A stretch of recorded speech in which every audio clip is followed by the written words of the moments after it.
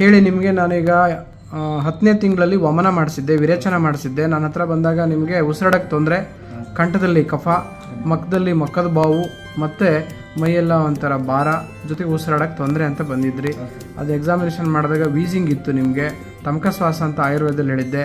ವಮನ ಆಯಿತು, ವಿರೇಚನ ಆಯಿತು. ನೀವು ಹೆಂಗಿದ್ದೀರಿ ಸರ್? ಇವಾಗ ಆಲ್ಮೋಸ್ಟ್ ಕಡಿಮೆ ಆಗಿದೆ ಸರ್. ಇವಾಗ ಓಕೆ, ವಮನ ಮಾಡಿಸಿದ ನಂತರ ಎಲ್ಲ ಆಲ್ಮೋಸ್ಟ್ ಗಂಟಲು ಕಫ ಎಲ್ಲ ಕ್ಲಿಯರ್ ಆಗಿದೆ ಸರ್. ಇವಾಗ ಉಸಿರಾಡೋ ತೊಂದರೆ ಇವಾಗ ಕ್ಲಿಯರ್ ಆಗಿದೆ ಸರ್. ಓಕೆ. ಆರೋಗ್ಯದಲ್ಲಿ ಬದಲಾವಣೆ, ಗ್ಯಾಸ್ಟ್ರಿಕ್ ಇತ್ತು, ತುಂಬ ಸಿಕ್ಕಿತ್ತು ಹುಳಿ ತೆಗು ಎಲ್ಲ ಬರೋದು, ಬೆಳಗ್ಗೆ ಕಫ ಬರ್ತಿತ್ತು, ಪಿತ್ತಾಗಿ ಗಂಟಲು ನಡ್ಕೊಂಡು ಕಫ ಆಗ್ತಾ ಇತ್ತು. ಬೆಳಗ್ಗೆ ಹಲ್ಲುಜ್ಜುವ ಕಫ ಬರೋದು, ವಾಂತಿ ಬಂದಂಗೆ ಆಗೋದು, ಜುಳು ಜುಳು ನೀರು ಬರೋದು, ಅದೆಲ್ಲ ಹೇಗಿದೆ? ಅಸಿಡಿಟಿ ಇತ್ತು, ಅದೆಲ್ಲ ಕ್ಲಿಯರ್ ಆಗಿದೆ ಸರ್. ಇವಾಗ ಆರೋಗ್ಯವಾಗಿದೆ, ನಿನ್ನ ಭಾವನೆ ಇದೆಯಾ? ಆರಾಮಿದೆ ಸರ್.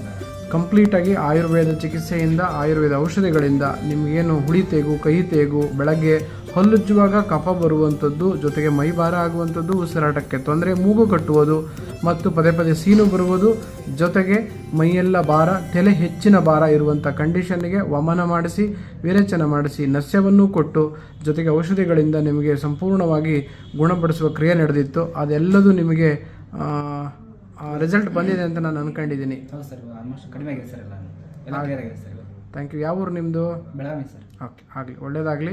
ಚಿಕಿತ್ಸೆ ಸಫಲವಾಗಿದೆ ಅಂತ ನಾನು ಭಾವಿಸ್ತಾ, ಈ ಥರ ತೊಂದರೆ ಇರುವ ಎಲ್ಲ ಆರೋಗ್ಯ ಆಕಾಂಕ್ಷಿಗಳು ಇವರು ಶೇರ್ ಮಾಡಿ.